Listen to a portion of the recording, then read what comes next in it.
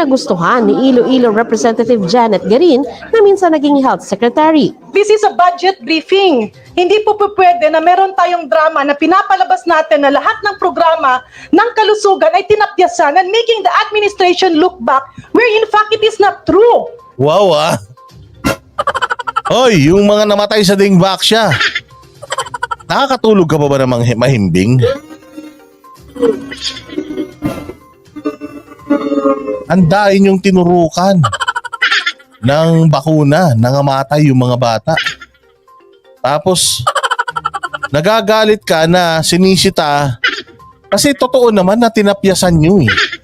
Totoo naman. Tapos ngayon, sisigaw ka dyan, parang bati kayo ni Marcos, tao ka ni Pinoy ah. Sabi ko na nga ba eh. O hindi ba? O dilawang ta ito pero pinagtatanggol si Marcos. Saan ka naman? O ibig sabihin talaga unity ang dilaw at saka ang pula. We have to compare Madam net Chair, versus net. Madam So Chair, with that, point Madam of Chair, order. I move that the interpellation of the Honorable Manuel be stricken off the records. O bakit galit ka? Ano yan, mga diktador na kayo? O ulitin natin ha, kalinaw-linaw naman kasi nung tanong ni Sir, ganito na ba sa bagong Pilipinas? Sino ba sisisihin mo, Garin, kung ganito nangyayari sa Pilipinas? Alam nga naman sisihin natin yung presidente ng China. Siyempre, lahat na mangyayari sa Pilipinas under the administration of Bongbong Marcos, isisisi mo sa presidente ng Pilipinas. Diba? Yan yung tinakbuhan niya eh. Oh, so budget deliberation yan. Kayo na nagsasabi, budget deliberation. Tapos pagka budget ng presidente, ng OVP, ayaw nyong scrutinize. O eto, maganda naman yung sinabi kahit papaano ni party list, kabataan party list, na teka, ganito na ba talaga? Pagka health, babawasan natin. Pero pag yung mga confidential funds nila, ina-approve natin. O dapat, sabi ko, ba't nagalit si Garin? O kasi nga, masakit ang katotohanan. Mahirap mapahiya. Mahirap magisa sa sariling mantika. Pwede na meron tayong drama na pinapalabas natin na lahat ng programa ng kalusugan ay tinapyasan and making the administration look back where in fact it is not true.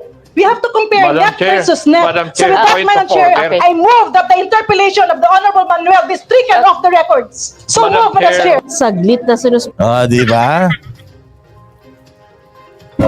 O, ganyan sila. Kapag sinita mo yung hari nila, kapag sinita mo yung puon nila, ayan, magwawala sila. O, poprotektahan nila yung kanilang mga future political careers. Ano yun? Siyempre, alam nila ang lakas-lakas. Alam nila hindi na makakabalik ang mga dilawan. Alam nila na ang lakas-lakas nitong administrasyon na to.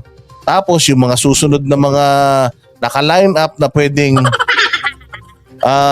mga maging kandidato nila, ang lalakas din. O so syempre kahit dilawang ka, mag-ano ka na.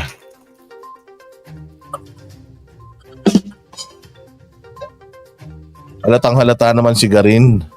Depende ang briefing at nang ituloy ito, pinaalalahanan ng Health Secretary na maging malinaw sa pagkukumpara at kung aling alokasyon ang bumaba at tumaas. All of these data have been confirmed by the Secretary, so there is nothing to be stricken out. Pagdidiin kanina, panukalang budget pa lang naman ang pinag-uusapan at iba ito sa pinal na budget sa ilalim ng General Appropriations Act. Ginalit nyo naman si Garin. Nakakahiya naman dyan kay Garin. Alam nyo naman medyo stressed pa yan dahil dun sa mga namatay na mga bata dun sa Dengvac siyang pinagtuturok nila.